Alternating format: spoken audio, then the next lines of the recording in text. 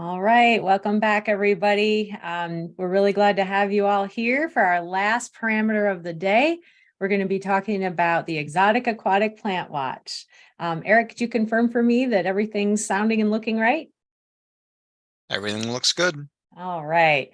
So this is our final parameter today. Eric and I are going to co-present this one to kind of bring us into the home stretch here. So welcome, and we're going to go ahead and get started.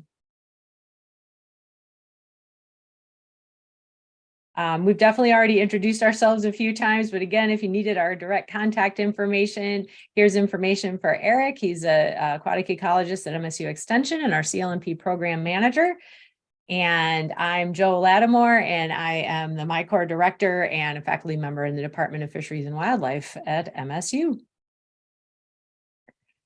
So one thing that Eric and I have in common is that we both really love aquatic plants. And one way that we like to describe them to people is that it's like having our own underwater forest. There's a whole diversity of different shapes and colors and forms, low growing plants, tall plants, leafy plants, spindly plants. There's a whole forest. And in that forest, just like on land, there's all sorts of creatures that call it their home. Fish in particular, most fish spend all, if not at least some of their life stages among the aquatic vegetation in our lakes. It's spawning habitat. It provides cover and hiding places for young fish as they're growing and hiding from predators. And then many predatory fish also spend time around the plant beds. As anyone who likes to fish for bass or pike knows, you want to go where the plants are to find the fish. And so, but that's not all that lives there. Our native crayfish enjoy being in there. Native mussels and clams and snails can be found there. And, it's just an incredible, diverse ecosystem that many of us miss out on if we don't take the time to get down and take a look at what lives down there. So our underwater aquatic forests are something that we want to protect and conserve in Michigan lakes. However, and the reason that we're here is to talk about one of the main threats to our native plants, and that is aquatic invasive plants. Invasive plants are just that. They are non-native species that move into an area, invade that area, and spread quickly and reproduce quickly with the potential to do real damage to the ecosystem by crowding out our native species, by impeding our access to the water. You're not going to do a lot of fishing off this dock, right? You're not going to pull your boat up in there because of the invasive plants that have taken over. And so they can really cause some intense impacts, both for our use of our lakes, but even so to the health of the lake themselves. So this is something that we want to be alert for and aware of. Invasive plants, when they come in, reduce the diversity of that underwater forest. They impact the fishery because they often grow in such crowded numbers and such dense populations that fish can't even penetrate them, let alone use them as habitat. Invasive plants can reduce our property values, and the control costs can be very expensive once they become established. Figure that we often hear is between $200 and often closer to $2,000 per acre. And that's on an annual basis to try and just keep them under control. And once they become established, they can be very difficult to eradicate. So what you end up with is just trying to maintain them at a low level because you can't get rid of them often once they've had a chance to really become established. So the first thing we always recommend, of course, is prevention. Let's do everything we can to keep them from getting into our lakes in the first place. And MSU Extension and our partners, we offer a lot of different opportunities to help lake communities keep invasive plants out of their lakes. We have a mobile boat wash program that offers free boat washing events at boat launches around the state and educates boaters about, hey, this is the risk that we have, and it's pretty easy to wash your boat and reduce that risk and reduce the chance that you're going to bring in an invasive plant on your trailer, on your boat, on your fishing gear, and so forth. We have a lot of different educational materials and resources on our website.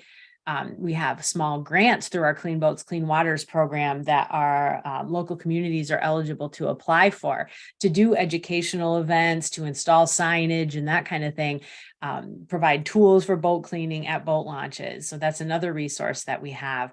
And we also recognize that boats are not the only way that non-native aquatic plants get introduced into our lakes and our rivers.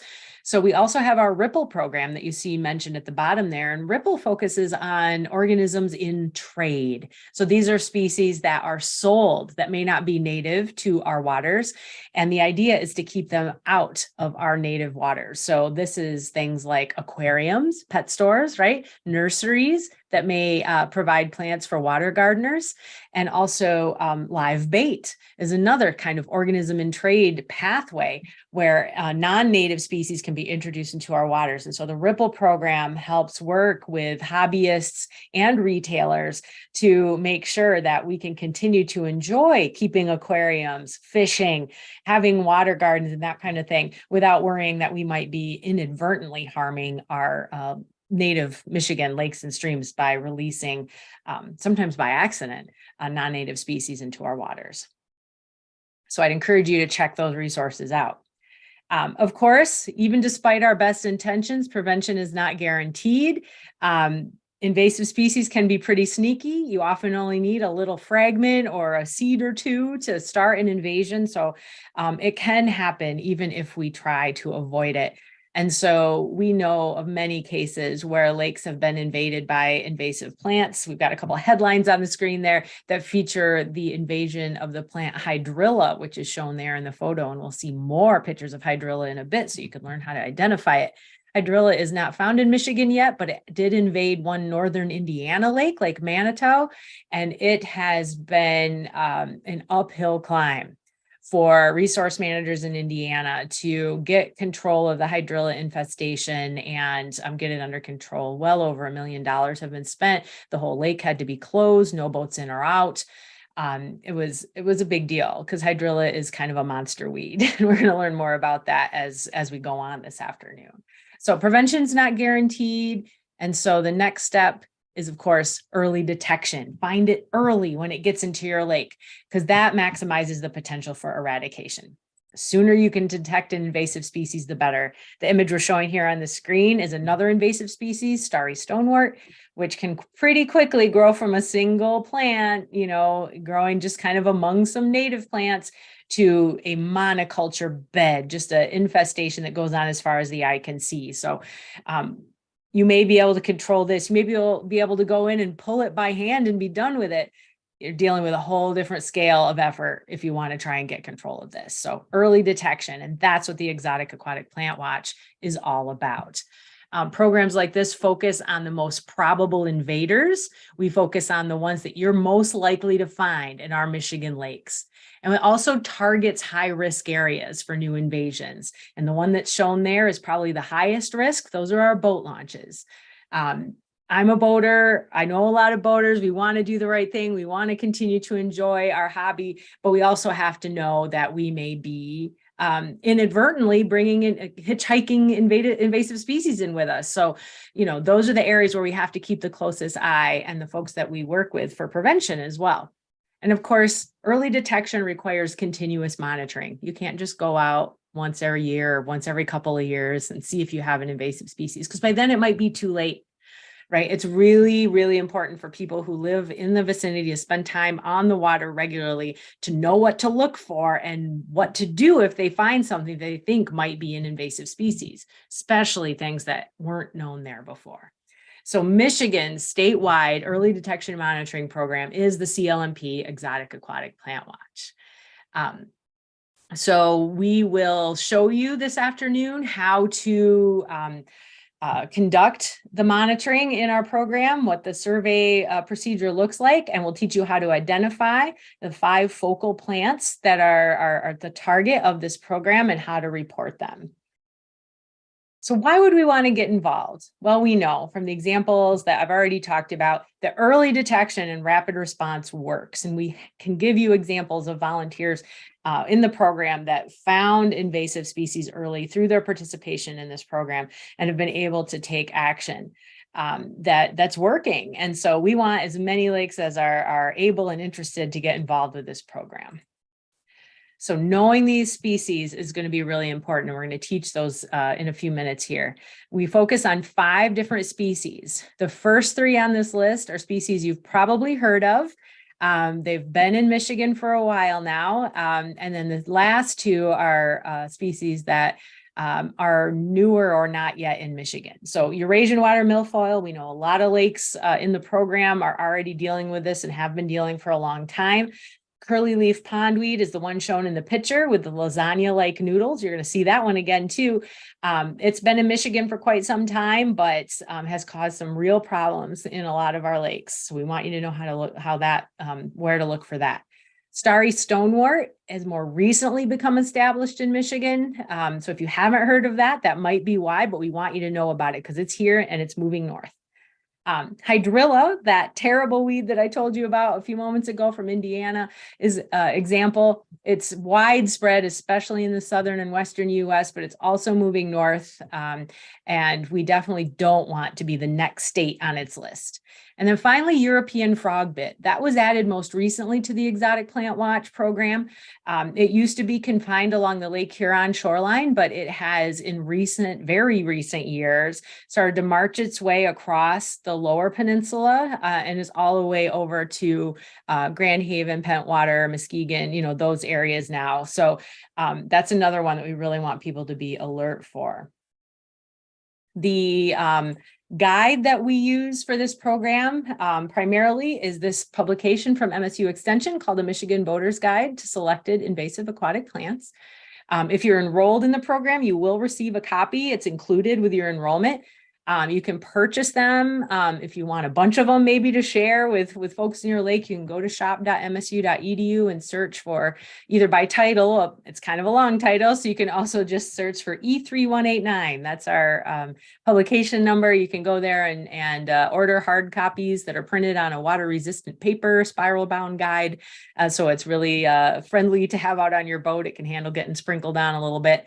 But you can also download it for free if you just want to look at it on your computer or print out a copy that's not waterproof at home on our MiCorps website. You can also get it off the Extension bookstore for free as a download.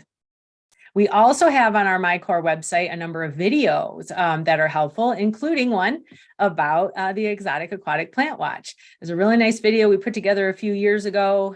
It's got a description of the Exotic Plant Watch program. Talks you through the identification with tips and tricks for all but frogbit, because the video was made before we added frogbit to the program. It walks you through the sampling procedure, shows some volunteers out on the lake doing the procedure. So it's really kind of handy that way. So if you go to the lake training page on MiCorps.net, you'll find it there. It's one of many videos that are on our website and also on our YouTube channel. Just search for MiCorps on YouTube if you want to find us there. All right, at this point, I'm going to hand it over to Eric to take you through practicing some of the identification of these plants. Thank you, Joe. Yep, as Joe mentioned, the key to early detection is to know your invasive species. And so Joe walked through quickly those 5 species that we focus on here with the Exotic Aquatic Plant Watch. We're now going to walk through step by step, species by species to get familiar, look at some lookalikes, and maybe even have some little quizzes in there every once in a while. So feel free, we've been presenting at you this whole day. This is your chance to unmute yourself when I ask a question, and feel free to say it or feel free to put it in the chat. And so here's the first one. What species am I holding in my hand in this picture? Does anyone know? Starry stonewort. That's starry stonewort. That's right. This picture, or this structure right there next to my thumb, is the key feature there, and it's called a bulbul, a star-shaped bulbul. Okay. Oop. So as Joe mentioned, we have only 3 submersed established plants in Michigan. I know oftentimes we say weeds broadly. Please review the thinking. One second. I'm Joe, I'm going into a fire drill in my office. Do you mind taking over? No problem. That's why we tag team here. So we'll I'll see see you in you a all minute, soon. Eric. All right. All right, let's talk about the invasive species. So as Eric said, we've got these 3 established plants. I mentioned them as well. Eurasian milfoil is one of them, and that's the one you probably are very familiar with.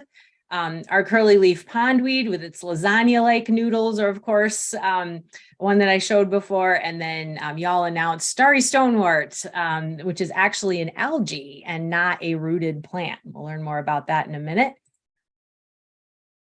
And then the ones that are not in Michigan, hydrilla, this kind of a cross section of the plant. You'll get to see the whole plant in a minute. That's hydrilla verticillata is its scientific name. And then frogbit, which I like to say is the cutest little invasive species you're ever going to see, but it can cause a lot of problems. So let's walk through each of them in order. So first, the Exotic Aquatic Plant Watch looks at the Eurasian water milfoil. And the key characteristics of Eurasian water milfoil is that it's really kind of the most serious invasive plant problem we have in our lakes in Michigan. When Eurasian water milfoil invades, it takes a lake, it almost always outcompetes native plants to become the dominant plant in the lake. Most native species are greatly reduced or driven to local extinction because it forms a dense mat of vegetation at the water's surface that greatly hinders fishing and recreational use of the lake. And it reproduces very effectively by vegetative fragments, meaning that if the plant gets broken, the pieces of the plant that float away can sprout roots and become new plants. It can also flower and seed that way, but fragmentation is the main way that it reproduces. It can also fragment on its own. It doesn't need us to break it, which also makes it a great invader. You should, so some things that you should see about the plant. First of all, it's kind of a long ropey plant, and then it has whorls of 4 leaves at nodes along the stem. So here's a whorl, there's a whorl. And if we were to cut the plant and look at a whorl of 4 leaves straight on, you'll see that the leaves are feather-like in shape, right? You see there's a straight kind of mid-vein up the center, and then there are leaflets, these little threads that come off the side. So here's a leaf with many leaflets. And leaves will have 12 to 21 pairs of leaflets when it's Eurasian water milfoil. That's a key characteristic because we have several species of native good milfoil that grow in Michigan, but they have fewer leaflets. 12 to 21 leaflets is what will tell you it's Eurasian water milfoil. And also the leaves are very limp when you pull it out of water. When you pick this plant or pull it up on your anchor, or you catch some and pull it out, it's going to collapse in your hand and get very limp. And our native species tend to be a bit stiffer, and the leaves will continue to stick out from the stem after you pull them out of the water. So here's an example that gives you a sense of the size of the leaves of the Eurasian water milfoil. You can see, again, many leaflets. If I were to count them, I would say 1, 2, 3, 4, 5, 6, 7, 8, 9, 10, 11, 12, 13, 14, 15, 16, 17, 18, 19, 20, 21 leaflets, right? So this is a great example of Eurasian water milfoil with that high number of leaflets on each leaf. You may have heard about hybrid milfoil. This is a relatively new discovery we found in the Midwestern states, including Michigan, that our invasive Eurasian milfoil, look at all those leaflets there, is hybridizing or crossbreeding with one of our native species of milfoil called northern milfoil. Now, first of all, I want you to look because it's interesting to compare what the leaves on Eurasian water milfoil look like compared to the northern water milfoil. Here we have 1, 2, 3, 4, 5, 6, 7, 8, 9, maybe 10 pairs of leaflets on northern water milfoil. It's not that 12 to 21, right? And so that is quite clear. And the shape is even a little bit different. But when these two hybridize, there's a couple of problems. First of all, what we're finding is that many of the hybrid plants are not susceptible to the herbicide that was developed to kill Eurasian water milfoil. You can imagine the disappointment, right? When a lake association or a community pays to have their Eurasian water milfoil treated because it's gotten so bad. And they're like, okay, we don't have other options. We're going to do an herbicide treatment, and they do it and it fails. It doesn't kill the plant. And that's kind of how we discovered we were having these genetic hybrids that were stronger because they were crossed with northern milfoil. The other thing to keep in mind is that these plants are impossible to distinguish by looking at them. Hybrid milfoil might look like Eurasian milfoil. It might look like northern milfoil, or it might look like a little bit of both. You might find leaves on the same plant that have different numbers of leaflets and get kind of confused. The only way to know if you're dealing with a hybrid milfoil is to have its DNA tested, a genetic test. That can be done. It's not terribly expensive, a few $100s to find out what you're dealing with.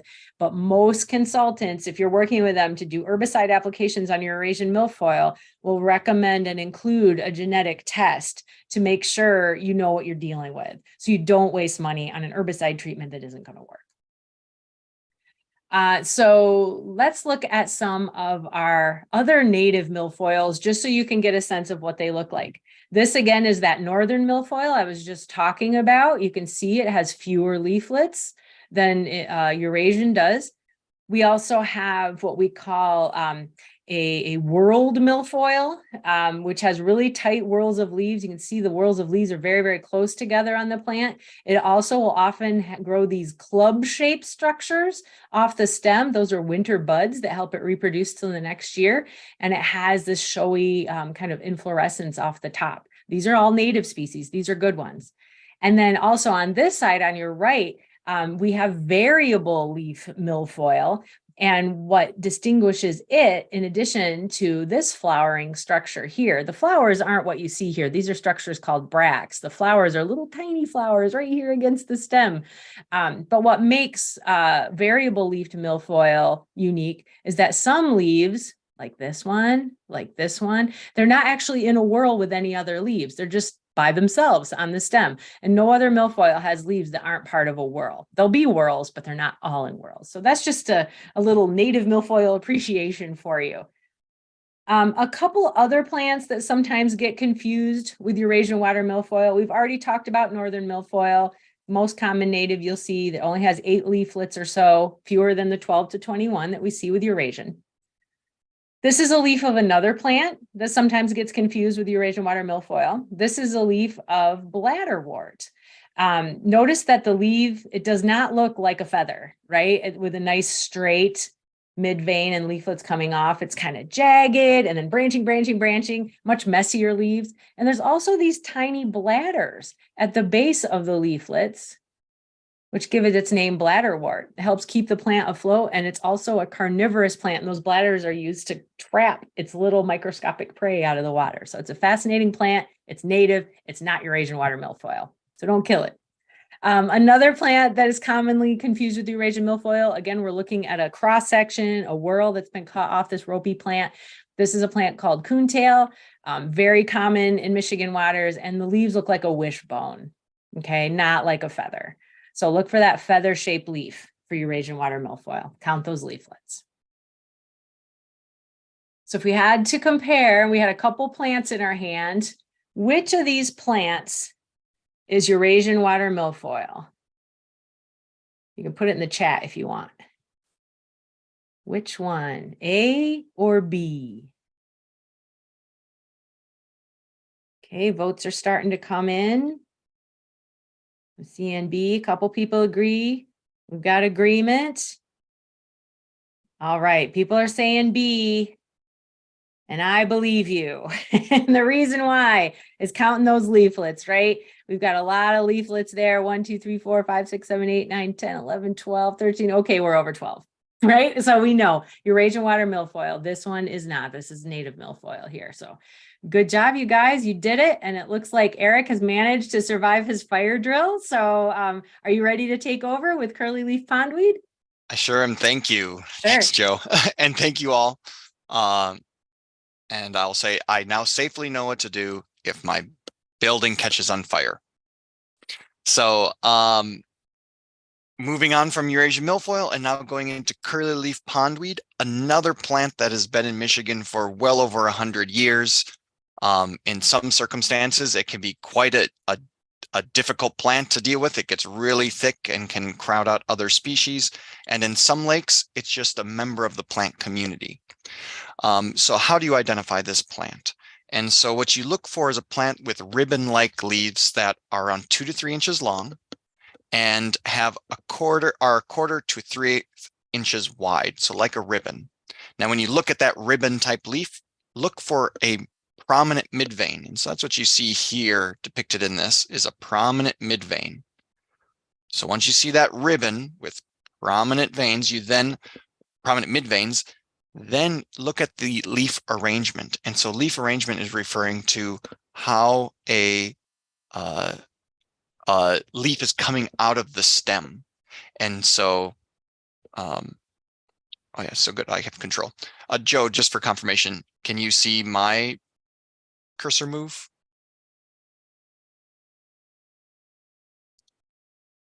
Maybe. Okay, well, I'll just keep going. And so alternate leaf arrangement is when one leaf is coming out here and the next leaf that will come out the other side. And you can see that with the cursor moving there. Okay, once you see that, you've now narrowed it down to just 28 species of plants, which maybe isn't that helpful, but this next character is, does the edge of the leaf have serrations? Does it have teeth? And that's what you see there that the cursor is going on, is that, yes, it does. And you can see this with an unaided eye. So you can just see this with your eyes. It might be kind of tough, so hold it up to the sky and you'll be able to see those teeth. But if you also, we will be sending you a small magnifying lens to help out to see, because sometimes they can be kind of tricky to see.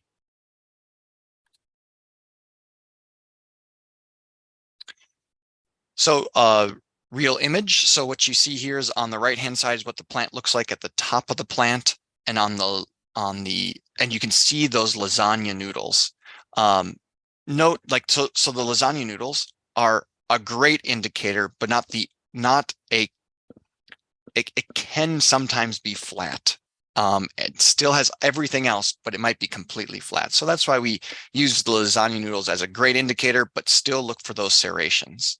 And that's where you can see here, those teeth, those serrations on the sides of the leaf. So there's a bunch of lookalikes, but there'll be some key missing features. For example, none of them have teeth that we have here. And so in this one, this is variable leaf pondweed, very similar leaf shape, but there's lots of branching where curly leaf doesn't necessarily do that too much.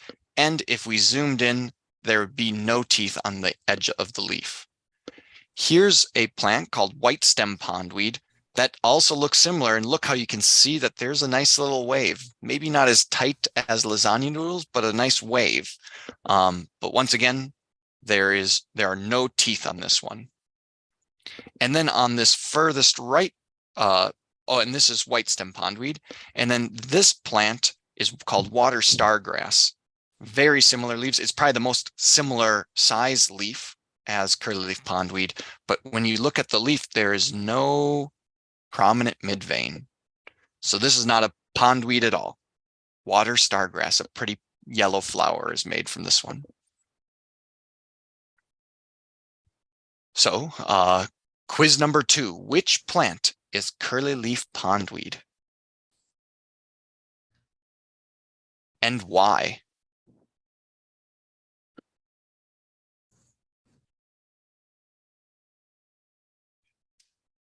Nice. That's right. It's the little bitty teeth. I like it. Yep, so the plant on the right is curly leaf pondweed. It has those serrations. On the left is another pondweed. This one's called fern-like pondweed, or Richardsonii, or sorry, Ribbonsii. Sorry. cool looking native pondweed. Moving on to our next species, a species that can be pretty tricky. There's a lot of species that look like it, and it's tricky, but it's not, because it has a really easy feature, but it's sometimes hard to get. And so starry stonewort is not a plant at all. It is a macroalgae. And so it's a algae that is the size of a plant, a big algae. Our starry stonewort is kind of similar to a lot of plants called Cara and Nutella. But what's a major way to differentiate those are these star-shaped bulbils. So what happens is that this macroalgae creates a root-like structure called a rhizoid, and it looks like a clear fishing line, a fishing filament. And then on that line, if you look closely, you'll see this star-shaped structure. This structure is meant for asexual reproduction. And so if this little bulb gets thrown into another lake, it would spread and create new plants. And so no other plant in North America has these white bulbils, white cream colored bulbils like starry stonewort. A couple other things that are helpful to note. So if you don't necessarily see that and you need some clues, is that it has a smooth stem that can pop. So if you squeeze it, it'll pop, and all of its contents will ooze out. Also, it's pretty brittle. So if I brought up a large amount, let's say the size of my head, and I could squeeze that down into a bit of mass that's less than that fits in the palm of my hand. And that's because each one of these segments here, that is one cell. And so if you break it, everything breaks apart. And then finally, another thing to look at is this part right here. And this is the uneven branchlets. I'll go to my next picture. Here's a great picture of one where you can look, this is a branchlet, and you can see this uneven branching. And what it's saying is almost like instead of a perfect V, one side of the V is not as long. Now, you often won't find starry stonewort looking exactly like this large image. Instead, when you're pulling it up off of an anchor or pulling it up on your plant sampling rake, it's going to look like this, a mass of plant matter that's already starting to break apart. But now you can see all these little bulbils of different shapes along these clear threads. And there it is zoomed up. You can see the scale with the size of my finger.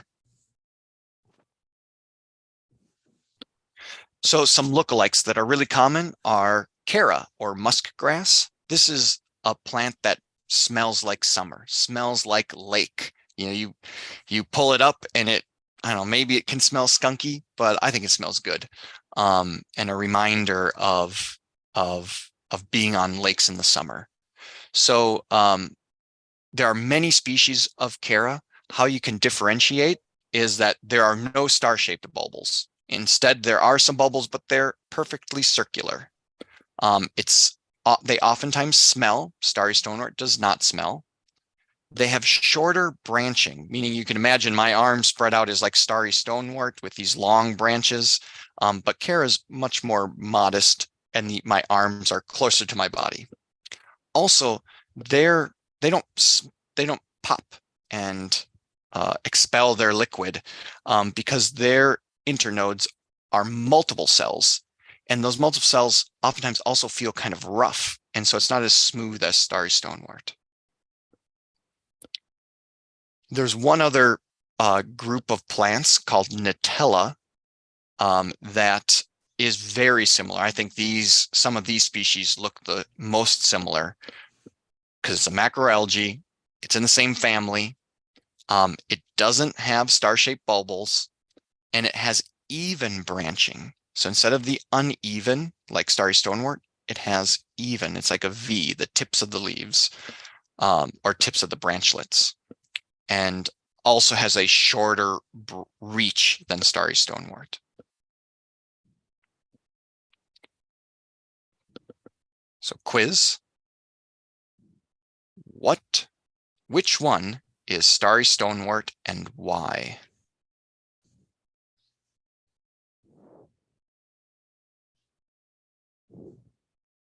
Nice. I see some uneven branching. Yep, the starry bulbul. Do you see the bulbils on the right-hand side too? On B? Look, these are also bulbils. That's right. Great. Yep. So as you can see, that star-shaped cream-colored bulbul there. And here, this is what Kara looks like. And it has these very circular ball-shaped bulbils. Good job, everyone. Now moving on to that terrible monster plant, I think Joe said as a monster. It is a terrible plant around the world, as in it is highly competitive against most species and grows huge mats. And as you can see from this distribution map is what we have in the bottom left. It's found all around the United States, and in the closest, it is now found in Ohio. Lake Manitou, like Joe mentioned, it was close to the border of Michigan there, but it has since been eradicated with tremendous amounts of effort and money. How can you tell, or what are the key characters for hydrilla? Well, we look at the segment of the stem and we look at the whorls of leaves. So this is where multiple leaves, more than two, are coming out of one node of the stem. So at one location, and you can see they're coming out in all directions. So count the number 1, 2, 3, 4, 5. 5 leaves per whorl. So hydrilla has 4 to 8. And then when you look at those leaves, you'll notice without magnification that there are some big teeth, some monster teeth on the edge of the leaf. And then if you flip the leaf over along the bottom of the midvein, there's teeth there too. So this is a very robust monster-like plant. That nothing like that is found in Michigan, but there is something similar. And that's our native Elodea. So you can at first glance, it is very similar. Here's hydrilla on the left, and here's Elodea on the right. But the major difference is that Elodea mostly has 3 leaves per whorl, sometimes 2, and sometimes can have more than 3. But those are very unique, and there's not going to be many, where hydrilla will always have over 4. Also, the monster teeth that are on here are very visible, and there are some teeth on the Elodea, but they're very hard and you can't really see them without magnification. So just looking at Elodea, a very common, wonderful native plant here in our Michigan lakes. Here's how it looks. Like it bunches up and gets really close up top and can maybe look a little scary and hard to count, but just look at multiple nodes. And if you're seeing like this, a cutout, and there are 3, that is Elodea.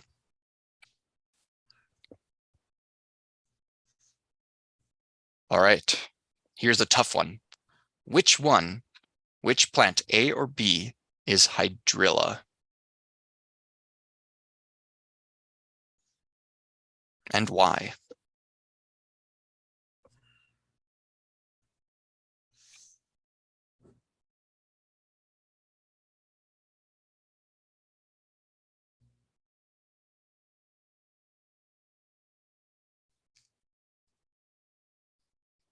Yep, so I'm seeing, so A, everyone's right.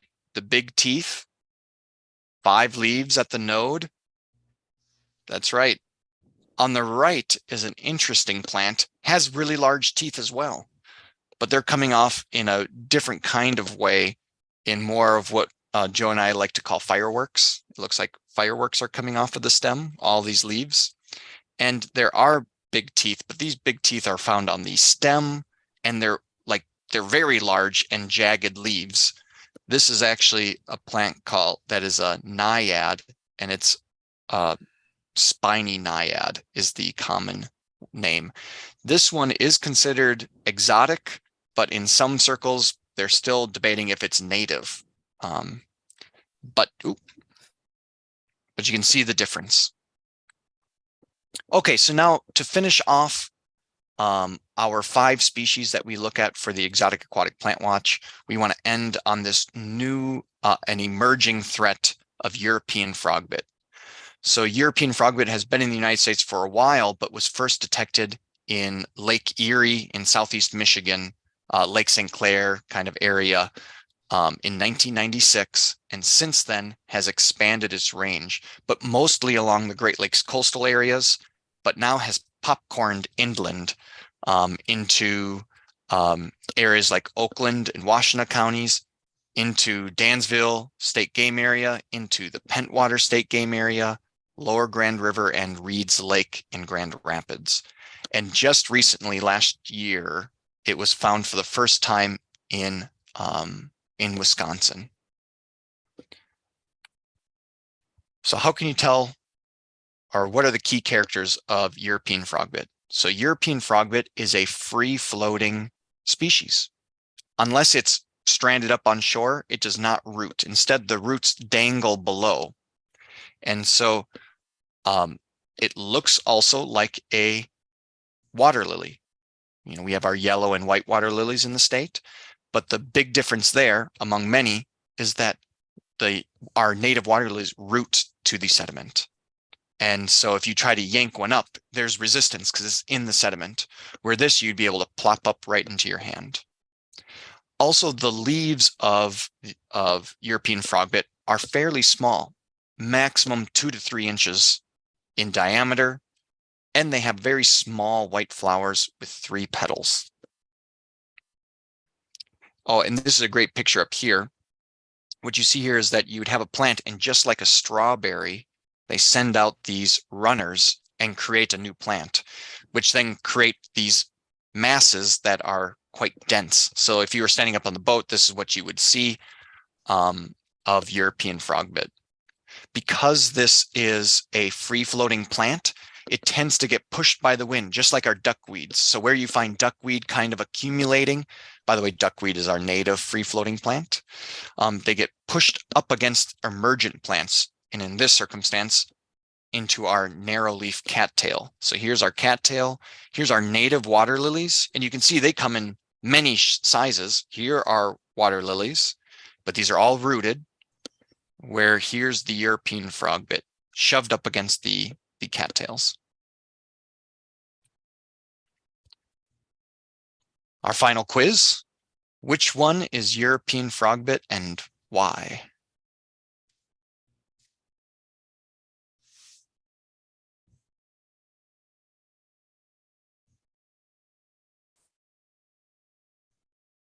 That's right, 3-petal flower, small leaves, tiny small flower.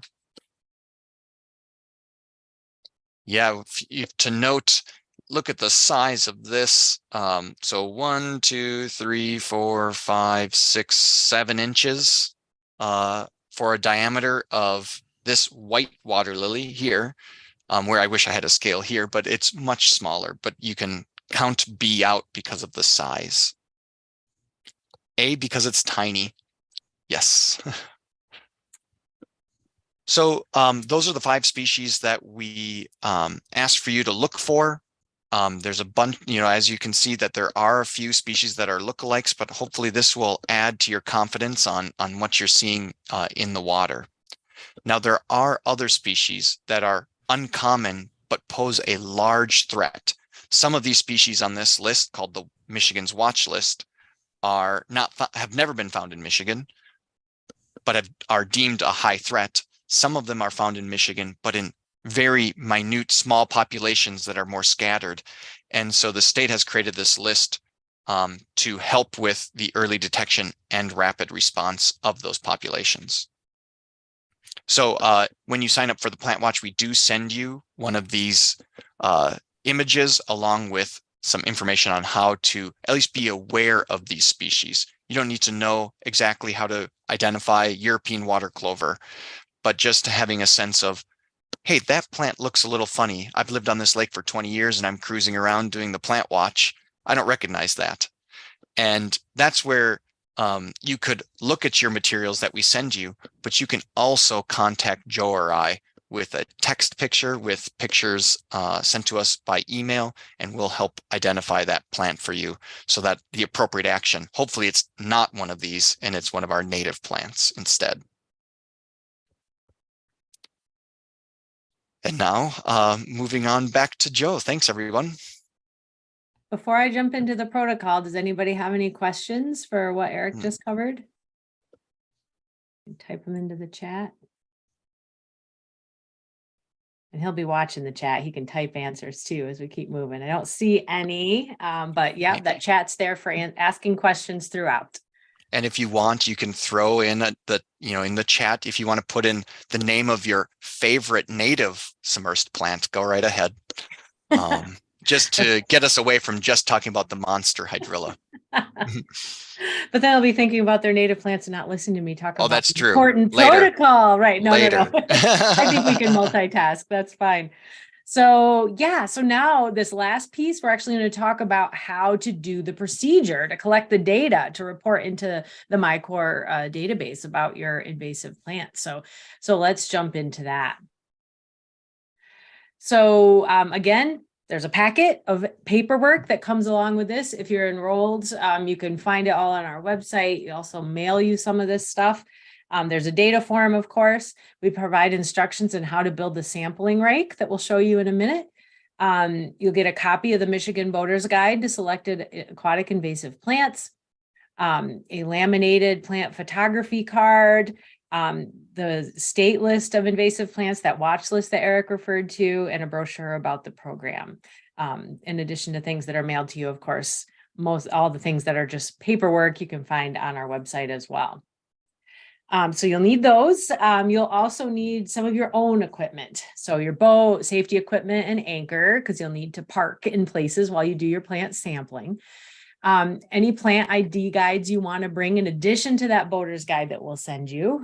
You may have some other books that you enjoy using. A depth map of your lake, bathymetry map, is really helpful if you have that to identify the locations in your lake while you find different depths. Depth finder on your boat can also help with that. If you have a GPS unit, something that can provide latitude and longitude measurements, that's useful for noting the locations where you found plants, but it's not required if you don't have one. Digital camera for photographing any invasives that you find. A weighted sounding line or other depth finder on your boat so you know what depth you're sampling at. That rake I mentioned before. A Ziploc bag and marker. A set of those is really helpful because you may find some plants that you're not quite sure what they are. And sometimes it's easier to bring them back to shore and spend a little time identifying them with your plant ID guides. You might not always want to spend the time on the boat figuring out what your plants are. Trash bags are really helpful. You may pull up trash with your sampling rake. You may also pull up invasive species that you don't want to throw back into the lake. So having a trash bag on board for containing all of that to pull it out of the lake is great. We often get questions about, like, what if I find my lake's full of Eurasian milfoil? Should I worry about throwing it back into the lake? Probably won't make that big a deal if you throw some back into the lake, but a lot of folks are like, I can't stomach throwing it back in. So having that trash bag is helpful for that too. A clipboard is really useful with all of your paperwork on it, and then a pencil or an indelible ink pen for writing all of your notes. I've definitely seen people lose valuable data by writing it in ink, and then it gets wet and away all that information goes. So pencils, Sharpies, things like that work great. Here is the high-tech plant sampling device that we recommend that you use. It's basically the heads of two garden rakes clamped together with some C-bolts. Some people also find that cable ties work just fine if you use enough of them. And then attaching an eye bolt into one of the handles and attaching a rope that should be, about 20 feet long, probably, could be a little bit longer. To toss off the side of the boat. You can imagine how effective this device is in collecting plants. So this is our surveying material that you use, and it's exactly the same thing Erick and I use when we're out doing our surveys as professionals. This is the best tool out there for collecting plants off the bottom of your lake. When to sample? When should you go out and look? So we recommend anytime from mid-June into August. Lakes in northern Michigan can begin a little later because you may find that your plants in early June, mid-June aren't quite grown enough yet to necessarily be able to collect them and identifying them easily. You don't have to do it all in one day or even in 1 week. One thing that we know for sure, curly leaf pondweed, one of our invasive species, emerges very early in the summer and often dies back by August in many of our lakes. So if you waited too long, you might miss it if you go out late in the summer. And so you can certainly sample throughout the summer. Just record all the dates that you spent sampling on your data form. All right, next question. Where should I go? How do I get started? The first thing that we recommend, get yourself a map of your lake. Before you even go out on the boat, sit down at the table, get out a map of your lake or on your computer and take a look at your lake and some of the important features. And some of those important features you want to identify because they're places where you might find invasive plants. So first of all, you're probably going to guess it, boat ramps. Identify all of the boat access sites on your lake, private, public, whatever ones you're aware of. You definitely want to do some sampling next to those. Also look at other places where people might be introducing things into the lake, like public parks, beaches, things like that, where maybe somebody has a fish tank they don't want anymore and they go release all of its contents into the lake at the park. And that may have some plants in it and who knows what else. So that's another good place to sample. Also, other places where plants like to thrive, like inlets. Coming into your lake, which might also bring invasives from upstream. So in there and in quiet bays and coves, places where we know that plants like to thrive. And then you can kind of fill in from there. If there's big sections of your lake maybe that don't have any of these features in them, but you don't want to skip those areas necessarily, you could also identify some spots in between these high risk spots. Okay, so you can sample also, and this is important, you can sample as many or as few places on your lake as you wish. I mean, the ideal situation is you have places all the way around the lake. So you've kind of covered the whole lake, including the higher risk areas, but the boat launches. But you also want to make sure that you those are your first place to go, right? Maybe you only sample next to the boat launch. That's useful, even if you can't cover the entire lake, okay? So how to actually do the sample. We're going to use a word called a transect. And when we talk about a transect, we're talking about an imaginary line that we draw from the shore out towards the center of the lake.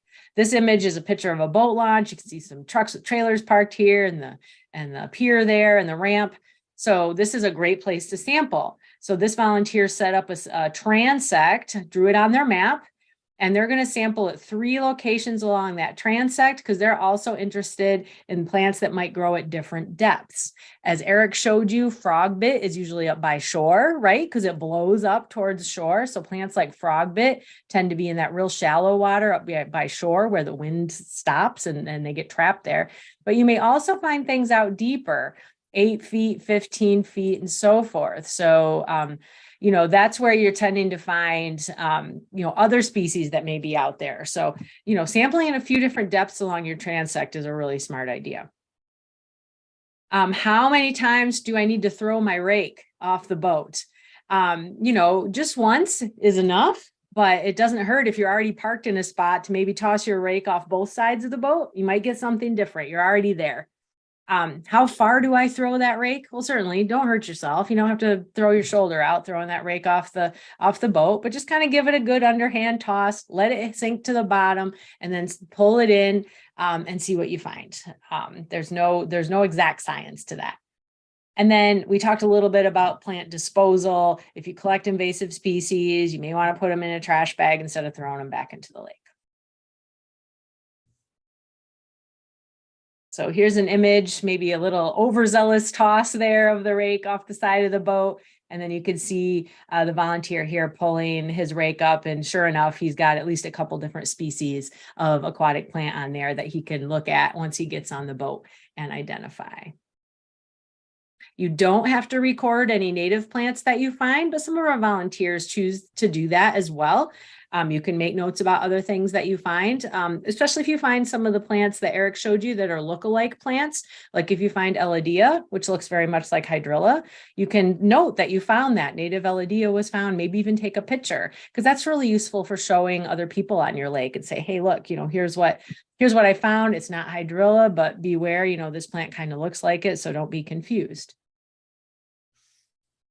All right, like always, we show you the data sheet for what you'll need to fill out.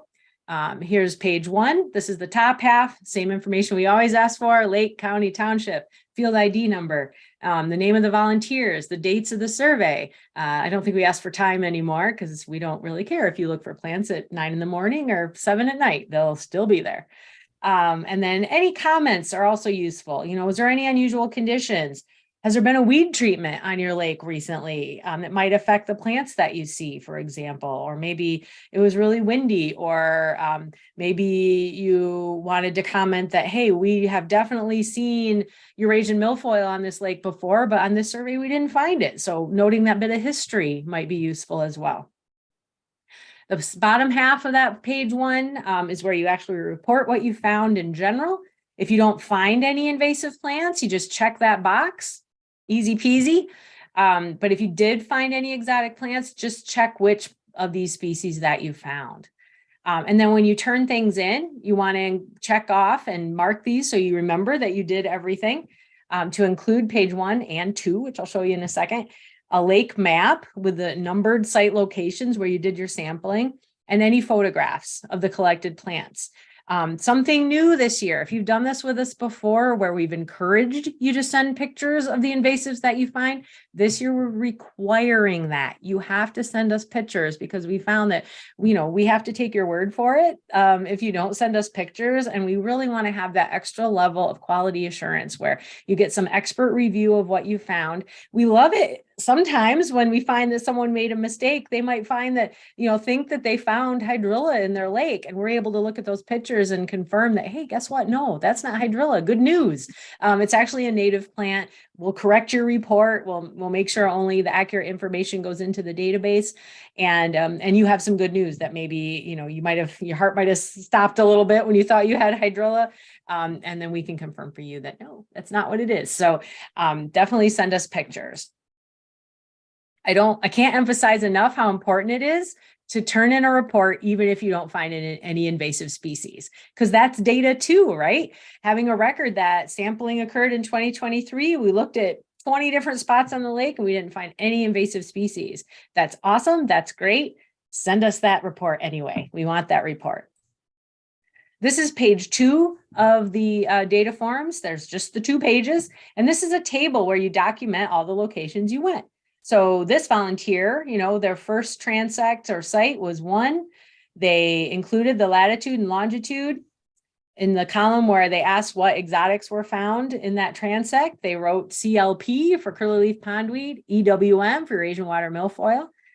They wrote that, yep, they took 2 photos, and they made a note that it was sparse. Yes, we found both of these invasives, but there was only like 1 or 2 plants of each of them. So that's useful information too. At site 2, they didn't find any. But still record that, because that way we know you looked there, and that way future you or other people in the Lake Association knows, oh yeah, I looked here back in 2023. We didn't find any invasive species here. So that's important too. So fill out this table as well. Some people go ahead and just do it in Excel and send us a copy of their spreadsheet. That's fine too. Just make sure you record all those details. And if you don't have GPS, that's okay. Like it says here, you can also include a location description, describe a road end or otherwise, describe so someone else would be able to find where that location is. You'll also include a map that shows here's where site 1 is, here's where site 2 is. Okay. All right, I mentioned photography, so important. So at minimum, we want 1 representative photo of each invasive species that you found in your lake. Here's a great example, somebody using this laminated sheet that we provide to all of our volunteers. You can lay the plant on it. It provides a nice white background. It has a scale, so other people looking at the picture can see how big the plant is. And notice that they also clipped off a whorl of leaves, because they knew that's an important feature for confirming or not whether it's Eurasian milfoil, because sometimes it can be hard to tell when the plant is flattened up against the laminate, whether this, to see those distinguishing number of leaflets and so forth. So This is really great picture. They used a dry erase marker to write the name of the species on the top. That's kind of a clever trick because you can wipe that off and then reuse it, write other things on it for other pictures. Here's some actual more volunteer confirmation photos that have been sent in. Here's curly leaf pondweed. You can see those lasagna noodle leaves. Here's somebody who found Eladia. Hooray, a native plant, but they wanted to document that too. So there we go. If you find yourself out there wanting to photograph your plants, you don't have your laminated sheet, you forgot it, it got caught in the wind, whatever. Your hand is a great scale too, just to provide that sense of whether the plant you're photographing is itty bitty or something big. Really helpful. Again, a map is an important part of your report. So you can just draw your locations on a paper map. Here we go. 1, 2, 3, 4, 5, 6. This lake has an island, so they did a little sampling out here. You can also use Google Maps. Some of our volunteers are real comfortable with using Google Maps, and they identify each of these. And here it says the location that they found curly leaf pondweed, lots of it on June 25th. They did a really nice job, and you can just share the link to the map with us, which is totally fine. Finally, turn it all in, submit it to the database. So make copies of everything for your records, enter your data on the website by October 31st. Of course, if you find an invasive species, especially one that you've never found in your lake before, we want to hear about it before October 31st, especially if it's something like hydrilla, European frogbit, honestly, even starry stonewort. New reports in lakes that have not been known to have these invasive species before, that's important information. And even at the state level, that there may be some resources to help you with management. We'll guide you as much as we can as well. So if you find something new that you're concerned about, let us know before that October 31st deadline. Send your complete report to us. You can send it by email or by regular mail. Completed data form, pages 1 and 2, the lake map, and any photographs you want to submit. One final thing I'll mention as we're wrapping up here is the value of teamwork for sampling in the CLMP overall, but particularly with programs like the Exotic Plant Watch. We unveiled this program over 10 years ago in the CLMP. And when we first started doing it, we had a lot of excitement about the program, but some of our volunteers came to us and said, we tried, we signed up, and it was just seemed like a lot of work. And I was kind of overwhelmed. I was also trying to do Secchi disc and phosphorus and all these other things. And I didn't get the Plant Watch done. And they felt bad about that. And what we've really found is that when people work as a team to do the sampling, they were much more likely to complete the program and collect some invasive plant data and complete and submit a report at the end of the season. So, don't be shy about asking for folks to help you out. Maybe some people don't really care about looking at plants, but they're happy to go for a boat ride, and maybe they'll drive you around. Maybe they'll even, say, let's use my boat. We'll go out on my boat. I'll cruise around. You can do your crazy rake throwing and plant counting while you're out there. But it makes it more fun. It makes it more likely you're going to get it done, and everybody's going to learn something new about your lake. So teamwork is a really smart idea. We have lots of materials if you want to, help explaining why we do the Exotic Plant Watch. We have brochures and fact sheets and stuff that's all available on our website, or if you reach out to us, we can send you copies, no problem.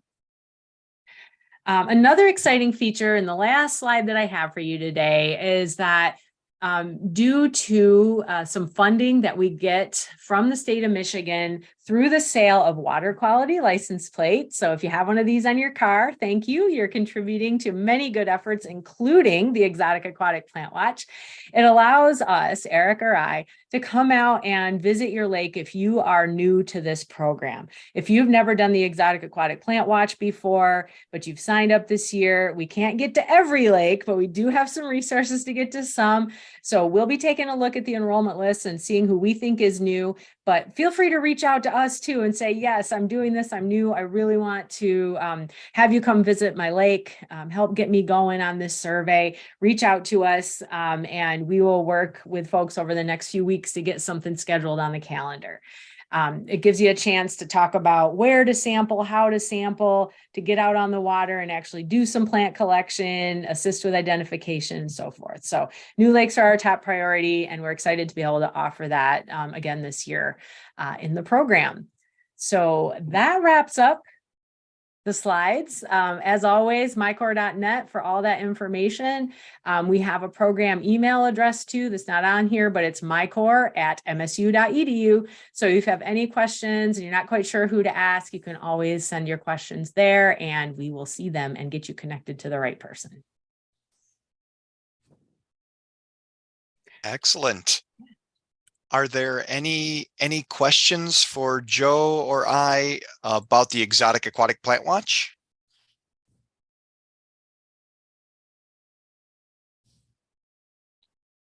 Or any questions from the other parameters that we covered today?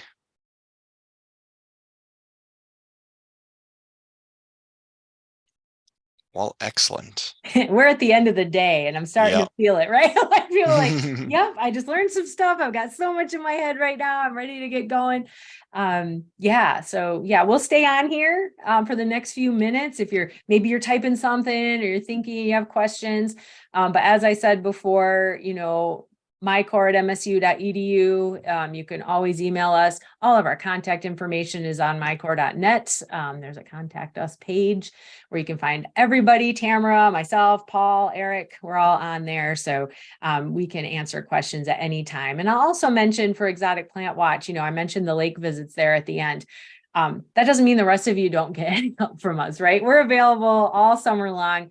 Email us pictures, text us, whatever, get us some information. We may be able to turn around with some ID advice right away. We're here to help throughout. That's right. We did have a question come in. I'll read it and maybe Joe, you can respond. We'll go like that. Does ice out mean when there is no ice remaining on the lake?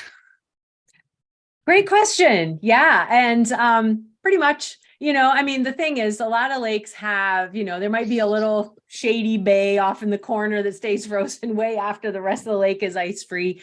And in that case, what we usually say in terms of this program is ice out is when there's no more ice on your lake and you can readily get a boat out to that middle deep water sampling spot. Right. If there's a little ice up in one bay way off to the side, but you feel safe and ready to go out, then that's okay. You can do that. Perfect. Jim's asking, are you going to send an email when this presentation is available in recorded form? I'll just say yes. And yes. We should have this up on our website. Paul showed us how to get to the training, lake training. It'll be up in a week or so. We'll render it and do some editing to make it nice and easy for us to get to each parameter. Eric, I also want to make sure you saw, because I know you had a big part to do with this. We did have a comment in the chat a while back while you were teaching about plants that said, bravo, these slides are much improved compared to the past few years. Thanks so much. So I wanted you to know that Excellent. That compliment came in. Yeah, well, it's always nice to continue to evolve our content and how it's delivered. So that's great. Do you have someone that can map my lake for Score the Shore?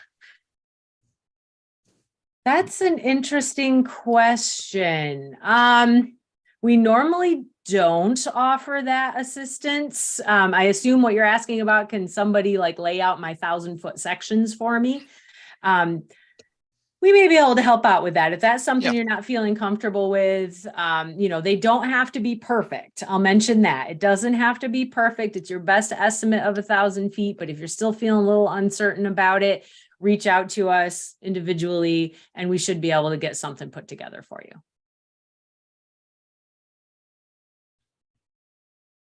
Okay, since I looked at the seminar today, how do I claim to be a new or assistant volunteer who has done the training? Okay, I think that what we're thinking about here, if I'm interpreting the question correctly, is when you sign up for a volunteer account on our MiCorps website, which is the first thing you do, you make yourself your own personal account. You have to choose whether you're an assisting volunteer or a lead volunteer. The lead volunteer is the person who takes care of enrolling the lake in the chosen parameters each year, and they are the person that we correspond with. So they're the person that we send all the packets, all the equipment for any parameters that you signed up for. The lead volunteer will be that person. That doesn't mean they're necessarily doing all the monitoring. There may be any number of assisting volunteers. So people can also sign up to be an assisting volunteer for a particular lake. And when you're an assisting volunteer, while you won't be the one who gets the phosphorus bottles in the mail from us, you certainly can go out and actually do the sampling and be part of that. And you can enter data at the end of the season. You also have that right within our database. If the question was about what parameters you can sign up for, as we said, if you're new to this program, if you haven't monitored before as a team on your lake, or maybe you're just an individual, you're considered new. And so if it's your first year monitoring on your lake, and that means you can sign up for Secchi Disc, the 2 phosphorus, spring and summer, Exotic Plant Watch, and Score the Shore. And then after you've been in the program for a year, you can do chlorophyll, dissolved oxygen, or aquatic plant mapping. So I hope with one of those I've answered your question, Richard, but if you haven't, please elaborate and we'll keep working on it. And Jim, I see that you responded with the Score the Shore. What I would recommend is emailing Joe and I, or the MiCorps at msu.edu, for us to start working towards Score the Shore map.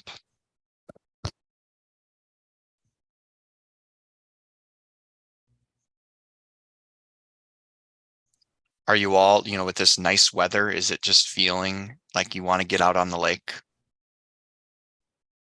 Yes, I know that's how I feel. For sure. And the plants are starting to come out. I was in Muskegon Lake, and there's quite the diversity starting to show up in shallow water.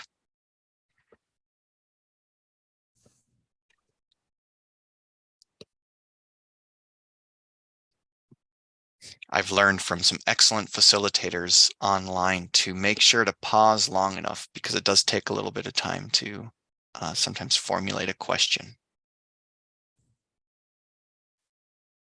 But as we said, this isn't the end, right? We're here. As we mentioned, we will be posting the recordings, each of these sessions, PDFs of the slides themselves. We want you to have access to all the information that we've shared. We want you to be able to share it with anybody who might be helping you, who wasn't able to be here today. So all of this information will be up on the website in a week or so. And even right now, if you're in a hurry, last year's training and slideshow is already up there, and really it didn't change that much from one year to the next. So you can refer to those things right away, and in a week or so we'll have all of the updated training materials up. And I think with that, thank you all for attending. If you've been here the whole day, or even just for one parameter, thank you all, and happy sampling. Happy sampling, everybody. Bye.